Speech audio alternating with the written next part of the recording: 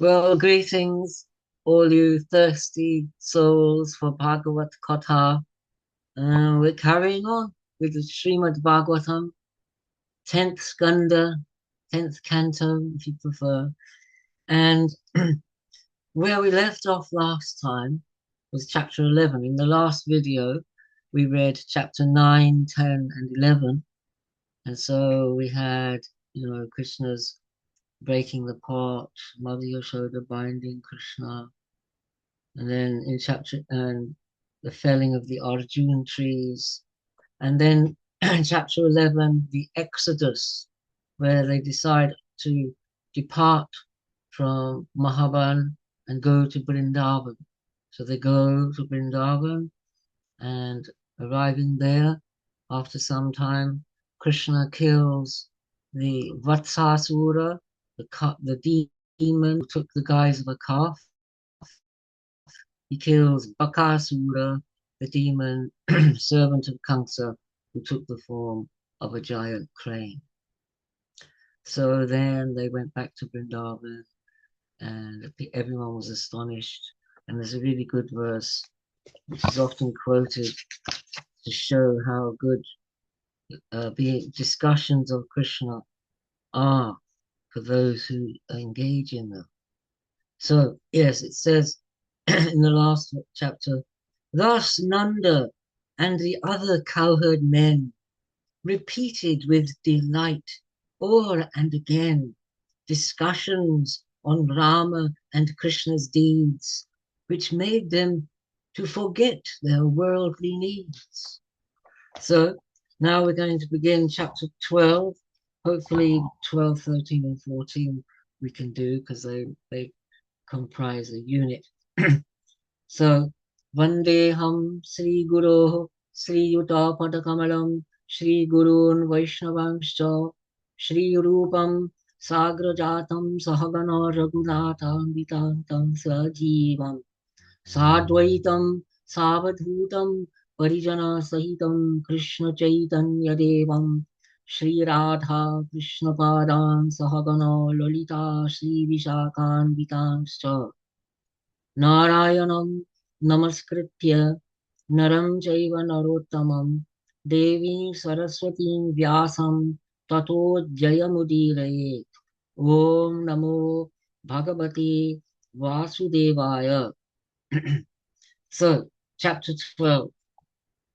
Sri Shuka said, is Kvachit Vanashaya Mano Dadhat Brajat Prata Samuthaya Vayasya Vatsapan.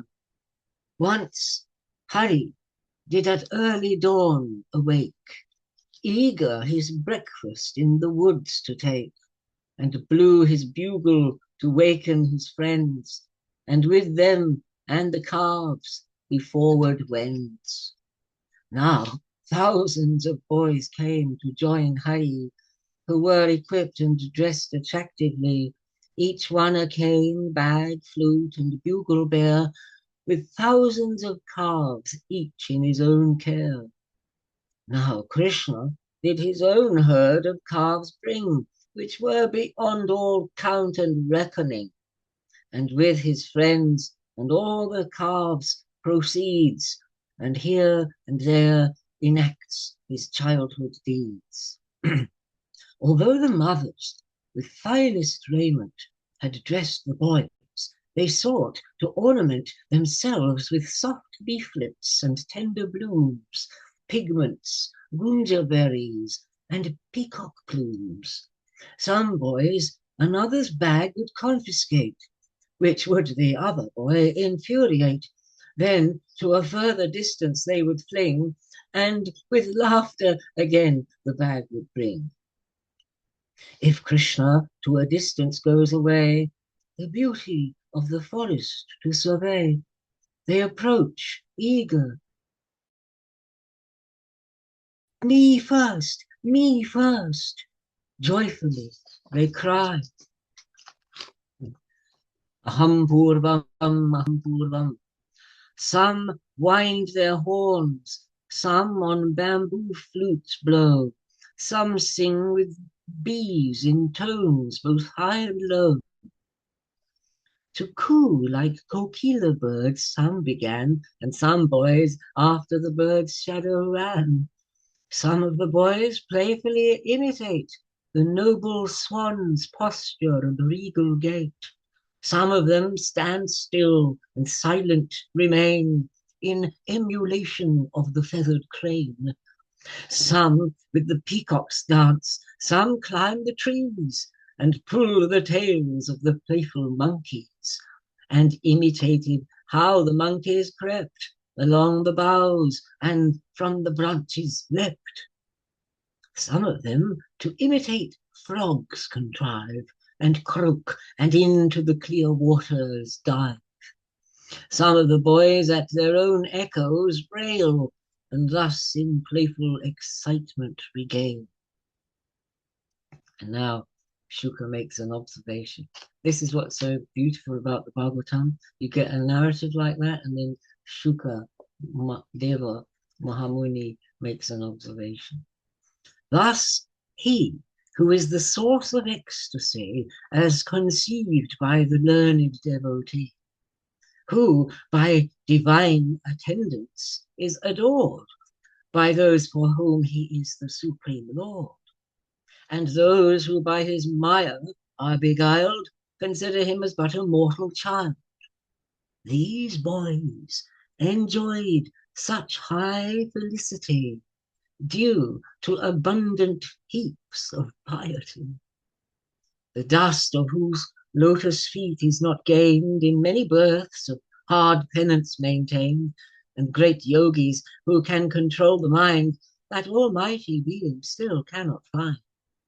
Yet he himself, by ineffable grace, reveals his person direct, face to face. How can the fortunate state be expressed with which the dwellers of Braja are blessed? And now a mighty, sinful demon came, who for his dread deeds went by Agha's name. He could not tolerate the playful joy of the children and came there to destroy. E'en the immortals who quaff elixir awaited his death, fraught with anxious care. He was, moreover, Kamsa's henchman true, and brother of Baki and Baka too, who came to Braja on Kamsa's commands and met their certain death at Krishna's hands. He thought within himself, this child, who both my brother and my sister killed, therefore to please the departed, I will this boy and Bala and all their friends kill. When these boys as votive offerings serve, the death rites of my dear ones shall observe. The cowherds of their vital force bereft will die as body when the air has left. Since offspring represent their vital breath, deprived of these, they will be done to death. Deliberating thus, the wicked one assumed the monstrous form of a python, a yojana in length, of mountain size. His cave-like jaw was open to the skies. His rolling bulk along the path unwound, and waited his prey spread upon the ground. His lower lip upon the earth was spread, his upper lip the clouds, and full of dread, like a cavern his mouth was dark and drear. His gruesome fangs like mountain crests appear. His tongue was long and stretched out like a road. Hot wind his breath, his eyes with fire glowed. All the boys, on beholding this, did ween it was of Vrindavan a silvern sea, that likeness to a python's mouth did bear, where they might play without nor. Ho, friends and comrades, say what where have we here? This thing like a dead python doth appear. Is it a python's mouth, or shady grot? And will he swallow us, or will he not? Surely these clouds, reflective of the sun, are like the upper jaws of the python, the rays of red light on ground that gleam, the lower jaw of the great python seen. The gaping caverns on the mountain side resemble the python's mouth open wide. The high peaks of the mountain seem to be like the sharp fangs of the great monster sea. This broad and ample way before us spread is like the tongue of the great serpent dread. This deep and gloomy gorge may represent the widely gaping jaws of a serpent. This hot wind blowing up from underneath is like the monster's loathsome fiery breath, the putrid stink and vile fishy odour derives from the corpses he did devour. What though, if should he swallow us indeed, and we into his gaping jaws proceed? He will be slain as Baccha was subdued, and we shall be from all danger rescued.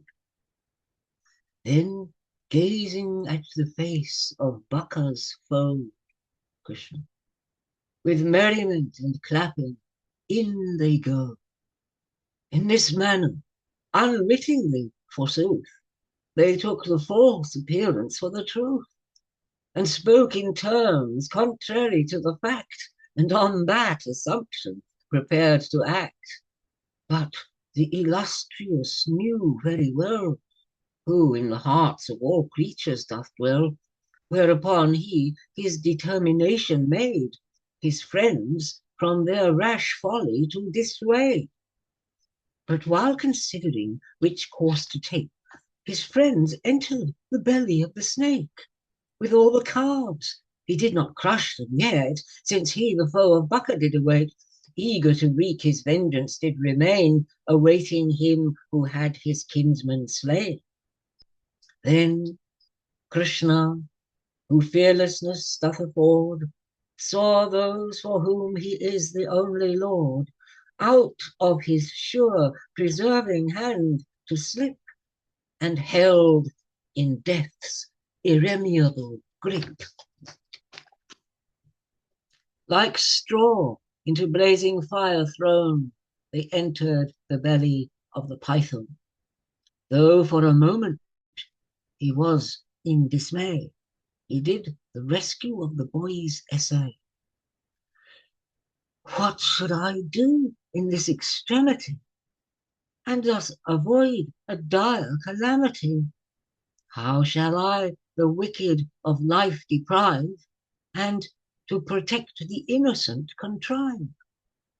Thereon into the demon's mouth he strode, along the tongue that spread out like a road, whereon the gods beheld, behind the clouds exclaim, Alas, alas, in sore distress and pain, and Kamsa's henchmen were thereat rejoiced, and Agga's friends their acclamation voiced, which the Almighty Krishna having heard, to save both himself and his friends was stirred.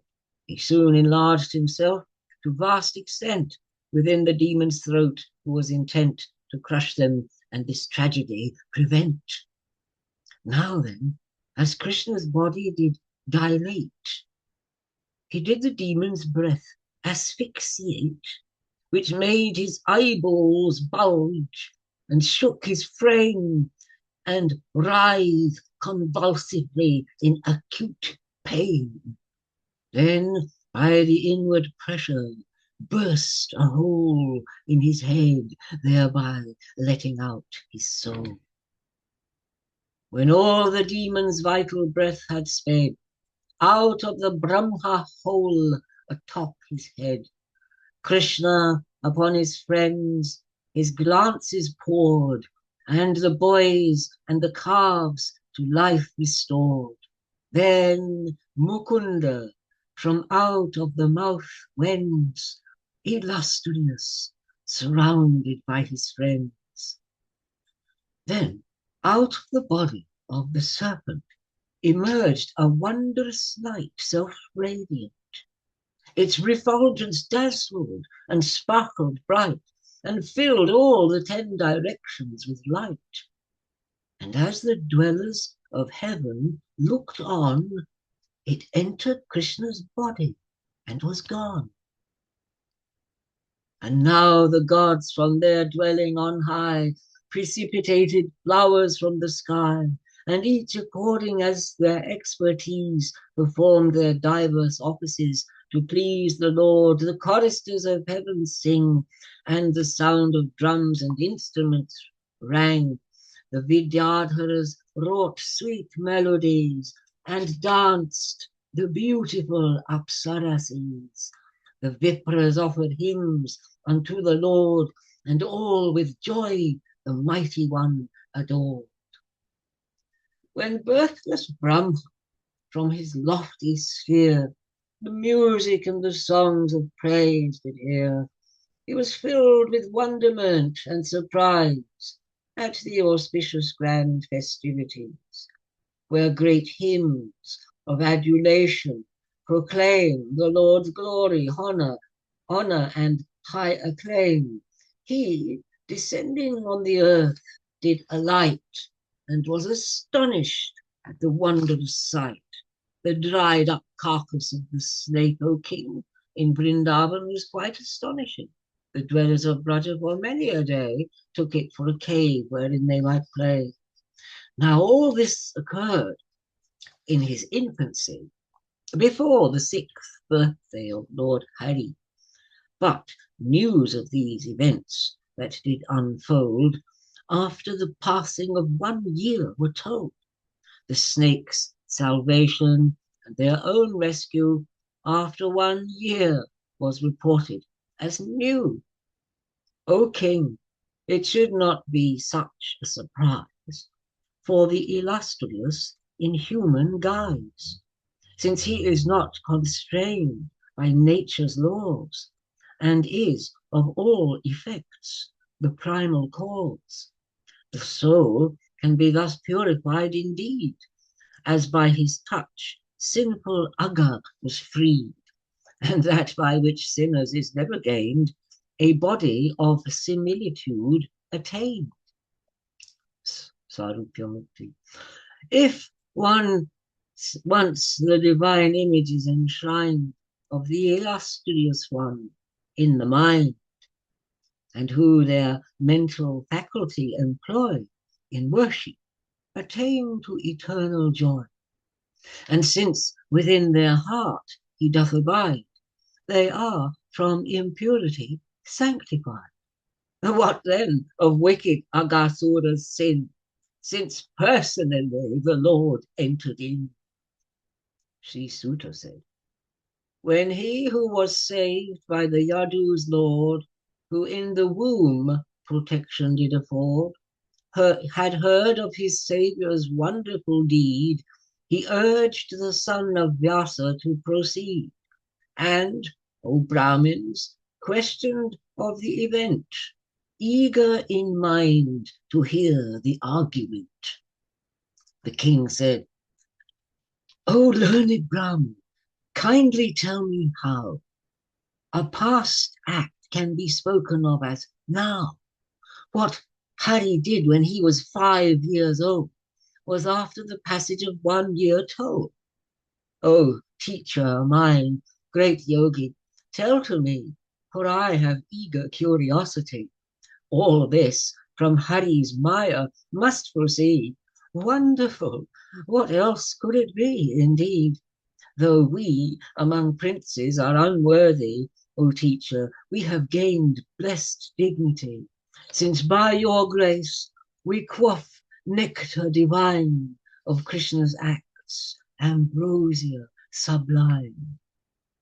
Sri Sutta said, O best among the blessed votaries, O foremost of the foremost devotees, when the king had thus made inquiry of the great sage hight Badarayani, the latter lost in deep remembrance of the Infinite One fell into trance.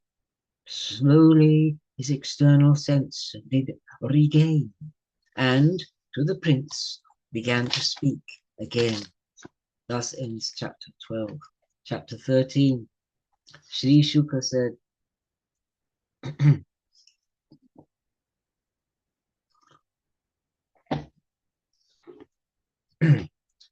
O fortunate and best of devotees, you have raised pertinent inquiries. Your eagerness to hear repeatedly augments your relish and the novelty. The worthy, whose life's essence apprehend, who know the purpose and ultimate end, at every moment joyfully adhere the exploits of Lord Achyuta to hear, which seems to them as ever fresh and new, as gallant youths a fair damsel pursue. O King, attentive, hear what I shall say, the confidential truth that I to pupils who love their preceptor well, the preceptor great mysteries can tell. Thus having saved from death, the mighty Lord emerged with all the boys and calves restored. Then down to the fair river bank he led, and the illustrious one to them said, O friends, how the fair river bank delights, the soft and cooling sand our sport invites.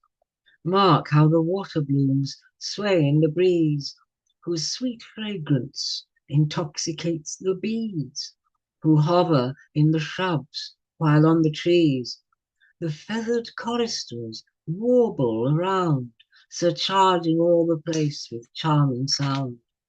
In this place where the beauty is enhanced, and since the day is very much advanced, let us dine and our hunger satisfy, and let the cattle chew the grass nearby.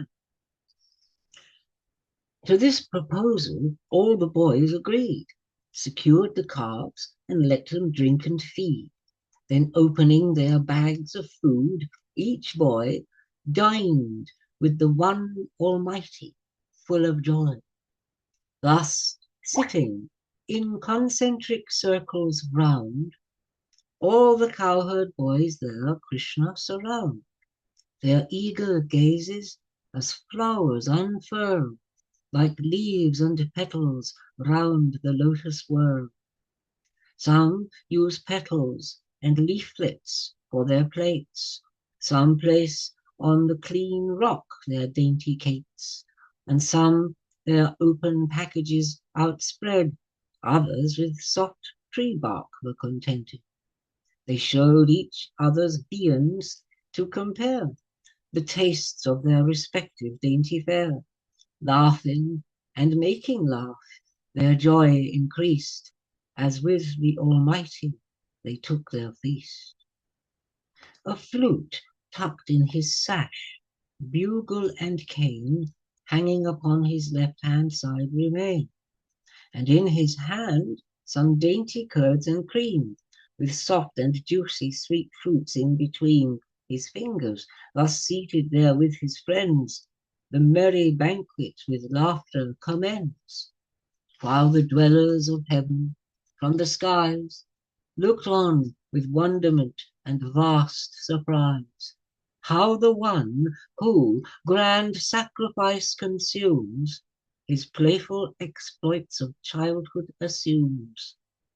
Thus, O Bharat, while all dined with good cheer, the boys for whom Achyuta is most dear, while deep absorbed in merriment, knew not the calves, greedy for grass, had left that spot. On noting this, they were disquieted. Then Krishna, who to fear himself is dread, continue eating, oh my friends, said he. I shall return with the cows presently. Thus he, and then proceeded on his way, the hills, bowers, shrubs, and caves to survey. As the Almighty Krishna searched the wood, he still held in his hand pieces of food. The one born of the lotus was amazed at Agasura's salvation, was dazed, and came down from his realm above the sky to test his glory and his own to try. Himself he did unwitting implicate, as he the boys and calves did confiscate, in order to observe wonders divine, perpetuator of the Kuru line. And thus resorting to his mystic powers, the boys and calves hid in a secret bower.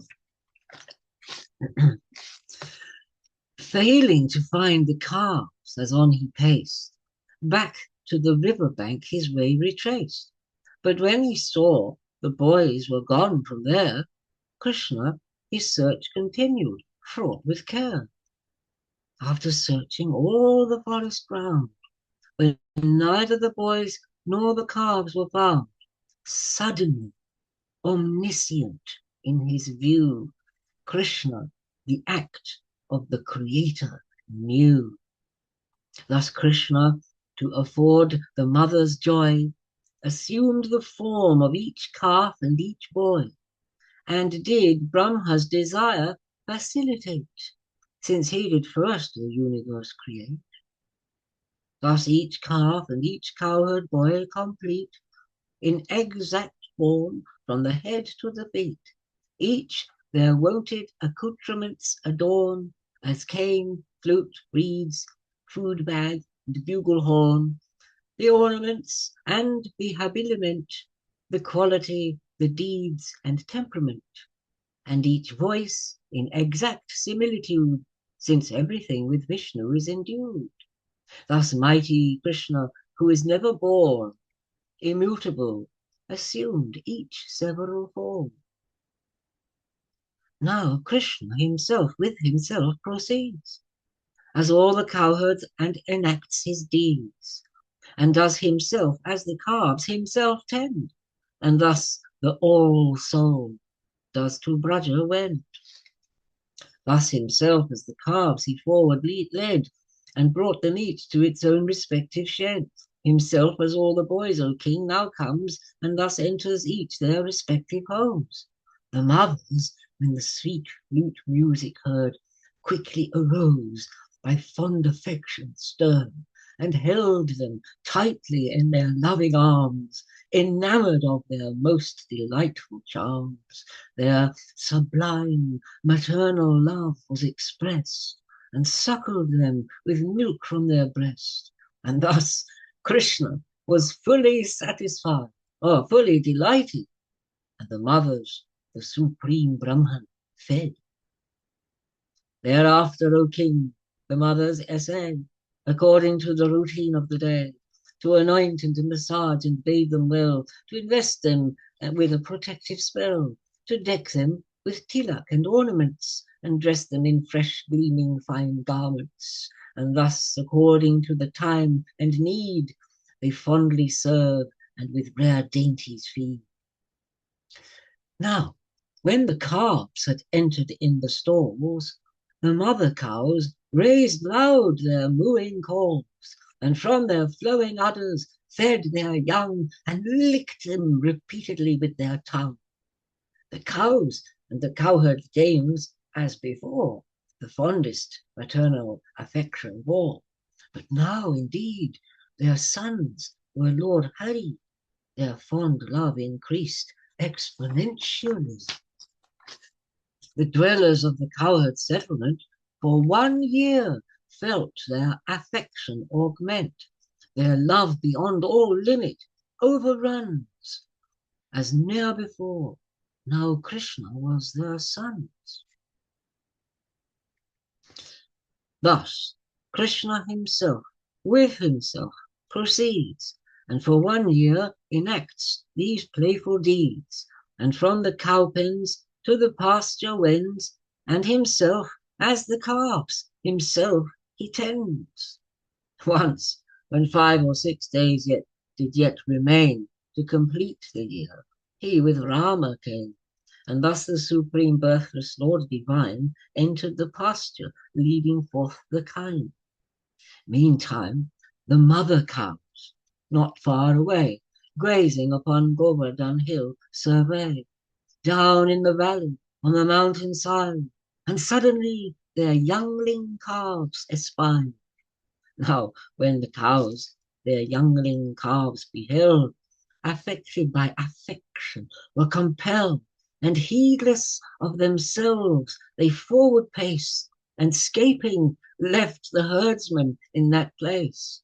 Although the path was rough and overgrown, into the valley the cows galloped down, as if with but one pair of legs proceed, their necks flapping, their humps raised with the speed.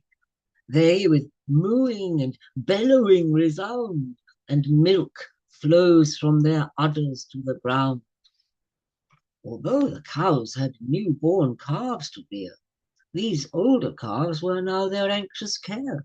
They fed them with milk that did outpour, and licked the calves as if they would devour. The cowherds, who had been thus frustrated, were sore ashamed and infuriated, as over the rough path their way pursued. Sudden the calves and their own sons they viewed, which seeing, they were whelmed in the love tide of rising affection, and all their pride and frustration did suddenly subside. Their boys in their loving arms enfolded, and deep inhaled the fragrance on their head. And thus the herdsman, each with his own boy, attained the supreme and ultimate joy. The cowherds, embracing their sons, attained true fulfillment and higher perfection gained. Then, gradually and with difficulty, they cease and take their leave reluctantly, and as they go, stirred with fond memories, tears of affection stream down from their eyes. Now, when Rama saw the intensity, how the cowherd's love grew to such degree, how older calves still from their mothers drink, he was confounded and began to think, ah me, what a wonderful thing is this! The cowherds and myself's increase of bliss, and love that augments beyond all control for Vasudeva, soul of every soul. Whence or from whom does this influence come? Perhaps some sorceress or some demon. It must my brother's power surely be, or how else could it thus influence me? Thus he, the noble scion of the line of Dasarha, perceived with eye divine, and thus he could the boys and the calves see as diverse forms of Vaikuntha Hari. These are not the incarnate deities, and nor are those incarnated rishis. Severally and simultaneously, they are all manifestations of thee. Pray tell me why and how this has occurred. Thereupon the Lord with him briefly conferred, and all was understood once he had heard. After a brief moment, the self-born one, though on earth the course of 1 year had run, arriving there was surprised and dismayed, for Hari still there with his companions played. And here's an extra verse from Veera Raghava's recension, who is a Advaitavadi. When great Brahma to Satyaloka high, the wardens at his gate access deny, since Krishna, by contrivance of his own, sat with a four-faced form upon his throne. Back to the text. Whatever boys under my spell repose, still there remain, and therefore who are those? And they're the calves without nor stay nor let, grace freely, though they have not risen yet. But if the boys are here, then who are they, recumbent in my mystic spell that lay? Or how is it that they remain still here with the Lord Vishnu sporting all this year? The self-born was confounded and confused, as contemplating distinction he mused, and thus he into discomfiture fell. The real and the unreal he could not tell. To mystify great Vishnu he essayed, but was himself bewildered and dismayed. He holds the world under his mystic spell, and thus the birthless in confusion fell. As mist cannot remove darkness of night, the glowworm cannot emulate daylight. The weaker potency cannot beguile the superior, but must prove futile. Now while the birthless one was looking on, all suddenly the boys and the calves shone, transfigured into forms of cloud dark blue and clad in fine raiment of yellow hue. You follow that? That's quite far out. I'll read that one again and then do this thing.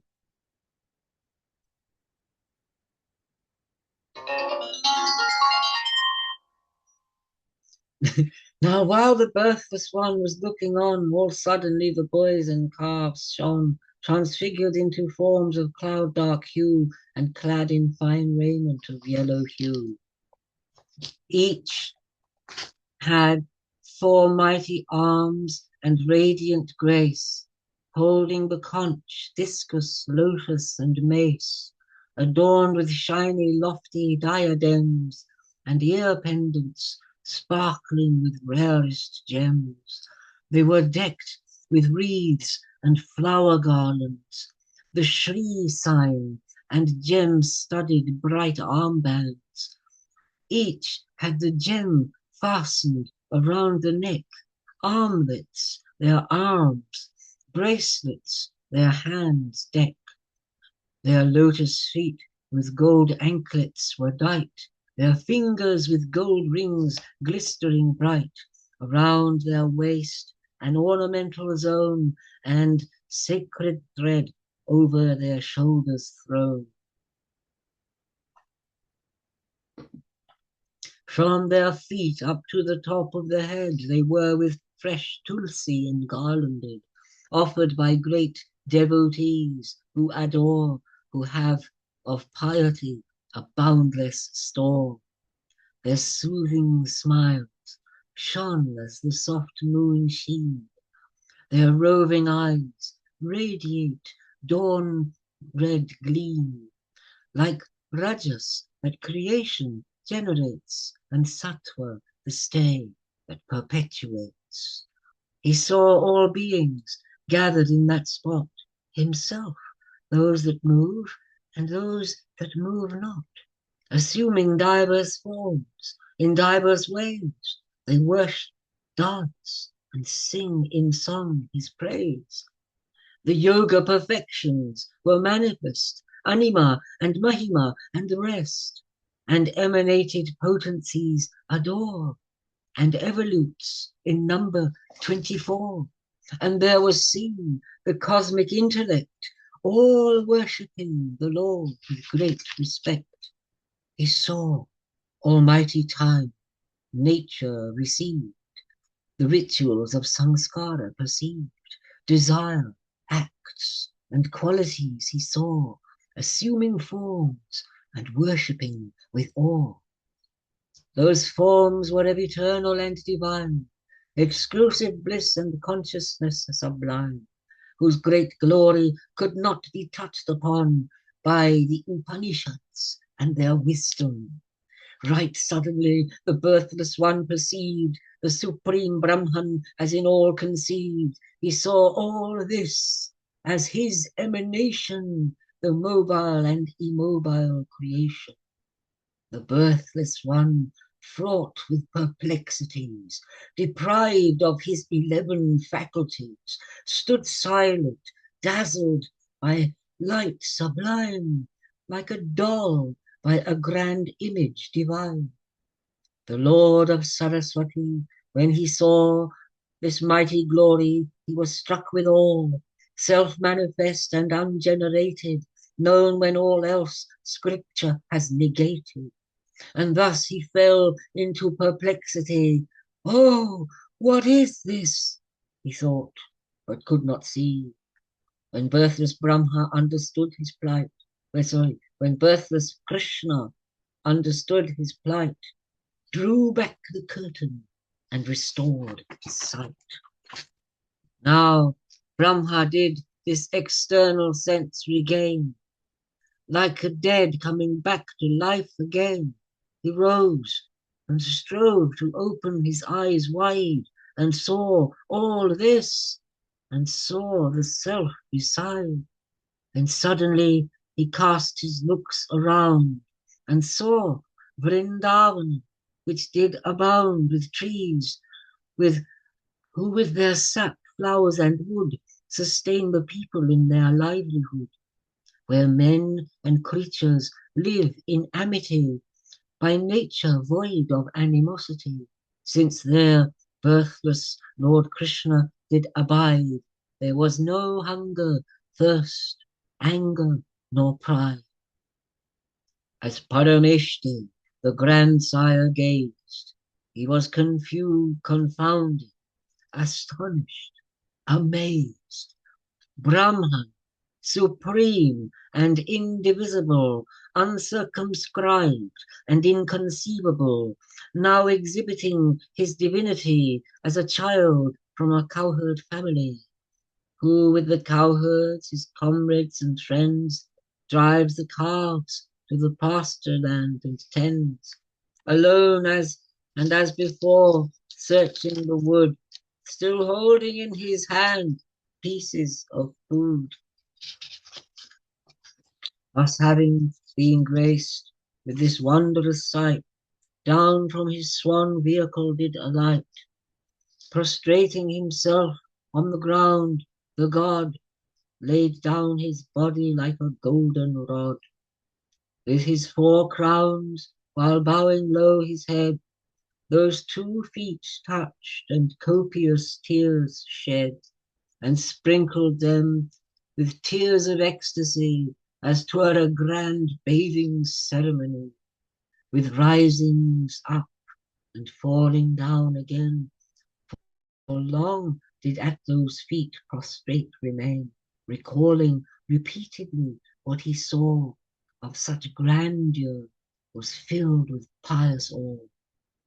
Then, little by little, he did compose himself, and wiping his eyes, then arose, with lowered head, but looking up, beheld in humility, hands together held, trembling, while at Lord Mukunda he gazed, with tremulous voice, his high glory praised. Thus ends chapter 13. Chapter 14. See how it goes. I'll read the first one, or if there's important, famous ones. So Brahmovacha no midyate prabhapuse tadirambaraya gunjavatan saparipichala sanmukhaya vanyasraje kavalavetra vishana venu lakshmashriye mridupade pashupangajaya. All hail to thee, of cloud complexion blue, clad in lightning raiment of yellow hue, a crown of gunja beads upon your head, with fair plumes of peacock decorated, a handsome face, glowing with smiles bright, with fragrant forest flower garlands dight, holding a morsel of food in your hand, a flute and bugle tucked in your waistband, I bow to thee with beauty's signs replete, son of the cowherd of the tender feet. O illustrious Deus, even I am confounded by your divinity. This form you have revealed to me sublime is manifested by your will divine. But I am unable to estimate When in abstraction I meditate the glory of your transcendental state, what then of the joy you experience, derived from your own supreme existence? Those who the search for dry knowledge forsake, that's a famous one. Jnane prayasamudapasana eva jivanti sanmukaritam bhavadiya vartam stani stita sudikatam tanuvan manobir ye prayaso jita chitokta sitais trilokyam. Those who the search for dry knowledge forsake, but hear your deeds and salutation make, as sung by rhapsodists and devotees, recounting your exploits and your glories. Their body, speech, and mind they dedicate, adhering to their calling and their state. Though you, invincible, always remain, in the three worlds the victory they gain. O Lord, those who your blessed love forego, and seek the indeterminate to know, as those who grind the empty husk of grain, their reward is but the labor and pain. O illustrious and almighty Lord, from ancient days by great yogis adored, who did their deeds dedicate and consign by listening to narratives divine, and through devotion came to comprehend that you are the supreme and final end, and by practice of devotion maintained, O Achyuta, the final goal attained. Yet still, Almighty, some may comprehend your magnificence, which gunas transcend, with all their outward perceptions resigned, by abstraction and cleansing of the mind. Thus only with great effort they attain exclusive consciousness, their cherished aim.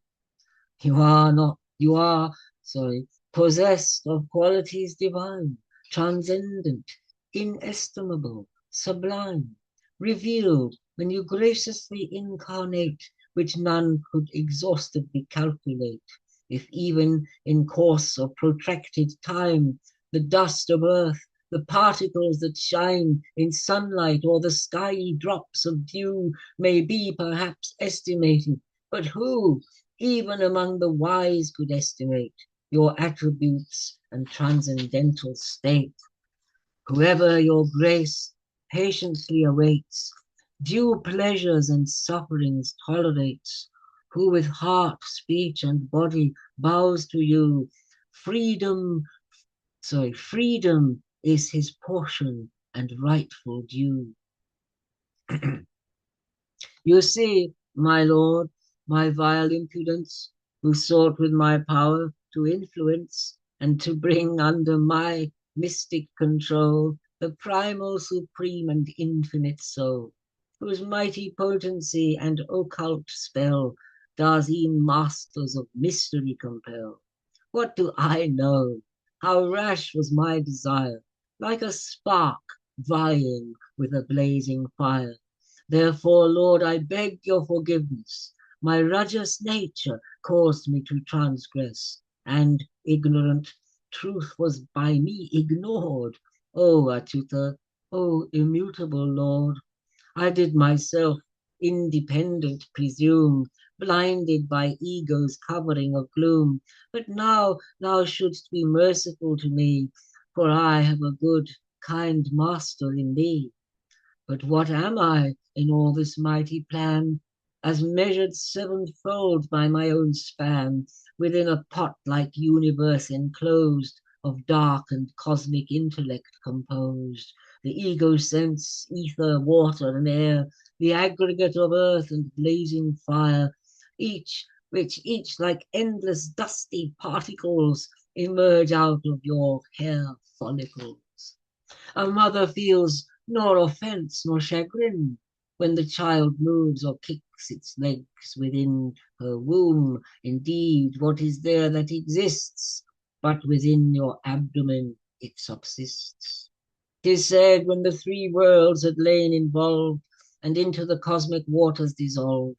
Narayana rests him down in repose, whereon a lotus from his navel grows. Thereafter from that lotus doth emerge the unborn creator and demiurge. Such proclamation cannot be untrue. Therefore, indeed, am I not born from you?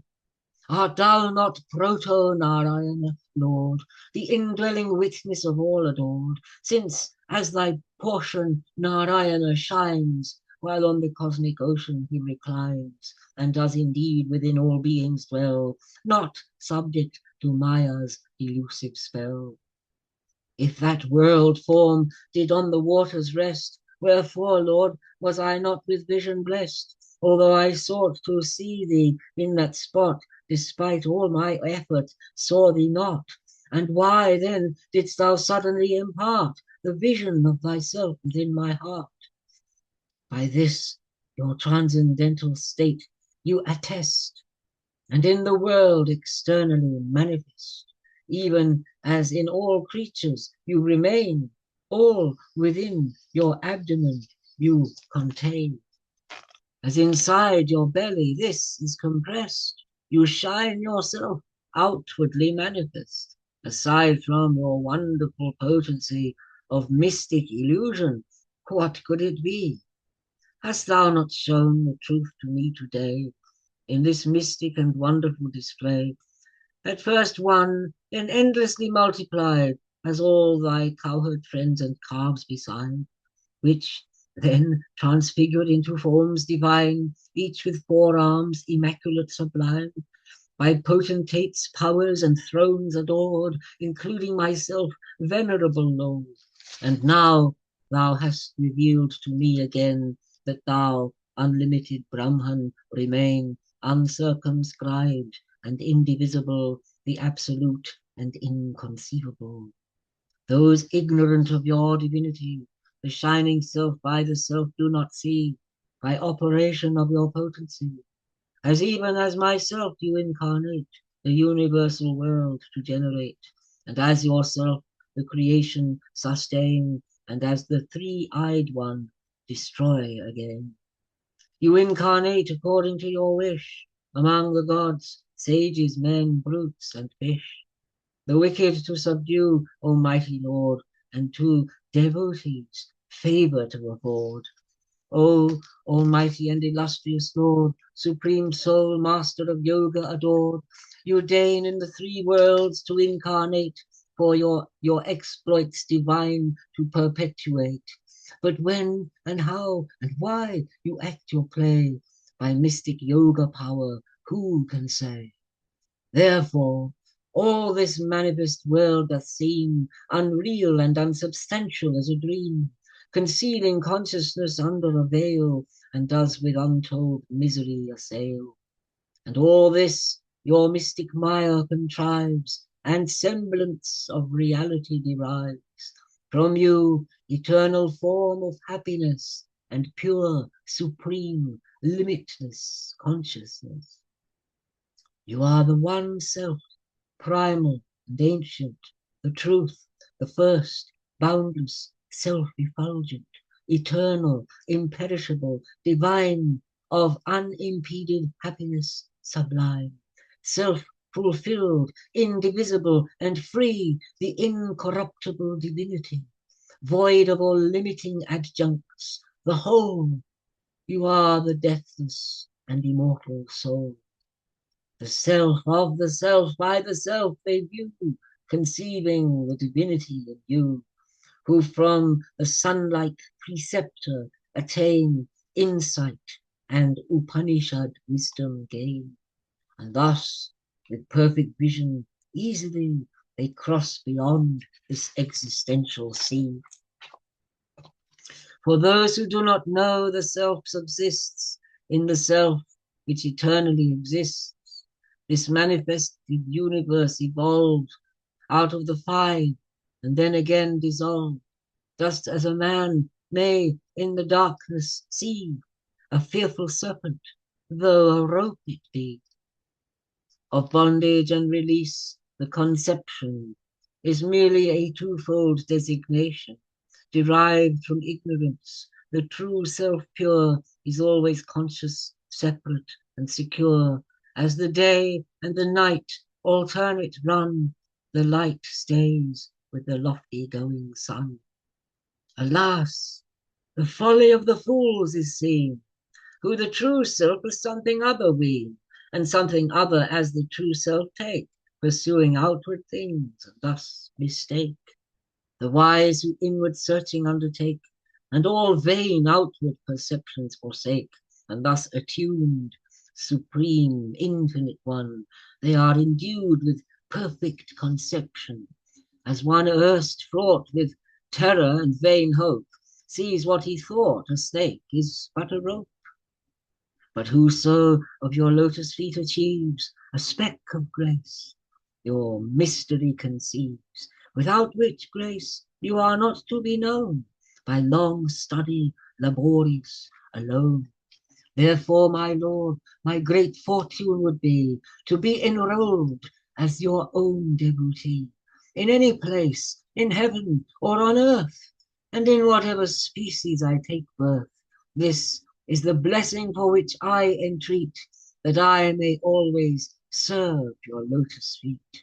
Ah me, how Braja's dames and cows are blessed, since you have drunk from their udders and breast, as you assumed each form of calf and boy, and thus derived satisfaction and joy. That sacrifice up to this day outpoured could not so much delight to you afford.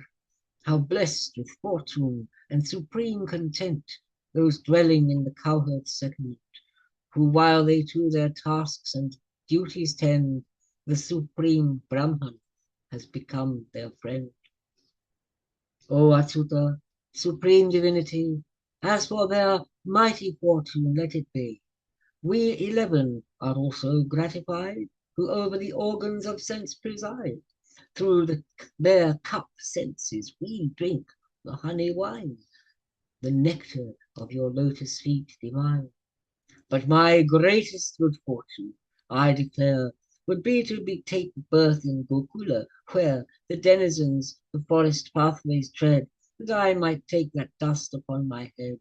Their life and their being they consecrate to Mukunda, and themselves dedicate, and would that they that dust to me convey, still sought by scripture to this very day. O Deus, what more blessing could you give to these who in the cowherd station live? You are the source and fruit of piety, and thus my mind is in perplexity, that even Putana with all her train by mere pretence of goodness did attain the highest salvation and supreme gain. How can their glory be estimated, whose wealth and life are all dedicated, whose kith and kin, their body and their mind, their vital breath, are all to you resigned? Passions are thieves, the home is but a jail, foot shackles are affections that assail. O Krish, bondage and miseries, until they become your pure devotees. Though you this elemental world transcend, you on the earth in playful sport descend, and all varieties of bliss afford to souls surrendered to you, mighty Lord. Let them who claim to know your mystery say what they will, presumptuous. As for me, your essence is beyond the scope and reach of my mind and my intellect and speech. O Krishna, now may I take leave to go. You are all seeing and all things you know. And though you are Lord of the world divine, this world I offer to you and consign. O Krishna, lotus of the Vrishni line, joy of the earth, gods, Dvijas, and Akain, the gloom of unrighteousness you dispel, and demon hordes upon the earth you quell. So long as the world is, and shines the sun, may I offer you my salutation. Sri Shuka said, the demiurge, the creator god that is, his hymn thus concluded, and bowing low before him with his head, Thrice round the Lord respectfully he paced, then to his own region his way retraced. Thus having granted leave, the mighty one bade farewell his own emanation, and back down to the river bank he wends, and as before meets with his calves and friends. Although one whole year circling had passed, in absence of their Lord Krishna, at last, by Krishna's Maya potency divine, though they thought it but a half moment of time, those by his Maya deluded know not. And what is it that may not be forgot? This world entire, under its control, makes one forget even his very soul. His friends to Krishna said, seeing him there, "Ah, welcome! Come and take your dainty fare. You have returned so quickly to the spot. A morsel even we have eaten not." Then Rishikesh, with joy and merriment, was with his friends to take his meal content, and on back to Braja their way betake, and they are shown the carcass of the snake. His crown bedecked with peacock feathers bright, his limbs with tinted mountain pigments dight, the sound of flutes and reeds, the bugles blare, a wonderful festivity declare. Surrounded by his friends, praising his deeds divine, into Braja Krishna proceeds. The cowherd damsels, as he passes by, enjoy a lavish banquet for the eye. As they proceed, the boys loudly proclaim, "By him a mighty serpent has been slain. The son of Yashoda and Nanda hight, today rescued us from a fearful plight." The king said, "O learned Brahmin sage, how could it be that affection roused to such high degree for Krishna, even than for their sons more, explain the wonder never known before." Sri Shuka said, "For every living being, mighty king, its own self is the most beloved thing. The fondness shown for children or for wealth is only in relation to the self. Affection for his own body exceeds those things that merely accomplish its needs. Who with his own body identifies, cares less for sons and wealth and properties. Thus, who the body as the self declare, for things merely related have less care. To them the body is the dearmost thing, O foremost ruler and excellent king. But if attenuated is the bond of identity, it becomes less fond, for when the body fails, desire is strong for continuance and life to prolong. Therefore it is his own self that is dear, for all embodied beings, it is clear, for whose purpose this world entire exists, and the mobile and immobile subsists. Now you should know this Lord Krishna to be the self of the self in every entity, who the world's ultimate welfare to bring is here revealed as a human being. Those who Krishna's reality perceive, the mobile and the immobile conceive as manifest forms of divinity, for he is all, no other could there be. He is of all things the stay and recourse, the meaning ultimate and primal source. Krishna, the illustrious deity, what things separate from him could there be? Who refuge at Murari's feet attain, of hallowed glory and sanctified fame, which lotus feet are like a sturdy boat, across the sea of existence they float, as easily as one might hope to pass a calf's hoofprint puddle upon the grass. To the supreme destination they go, and not the place where step by step is woe. To you all this has been related by me, according to your just inquiry. how Hari in his infancy sported, a deed not till his boyhood reported.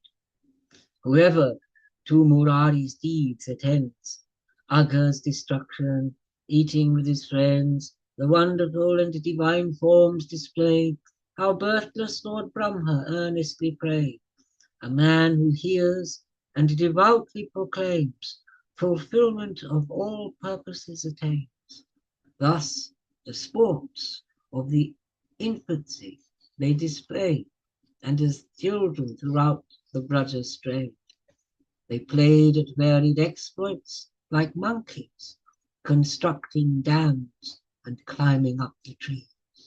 Thus ends chapter 14, book 10 of the great and glorious Bhagavat Purana, the text, beloved of swan-like saints, sung by the son of Vyasa. And thus ends today's recitation. Bravo. Okay. Thank Well, you. that was absolutely fantastic. Yeah, Bravo. bravo. I'm just going to stop recording. Yeah.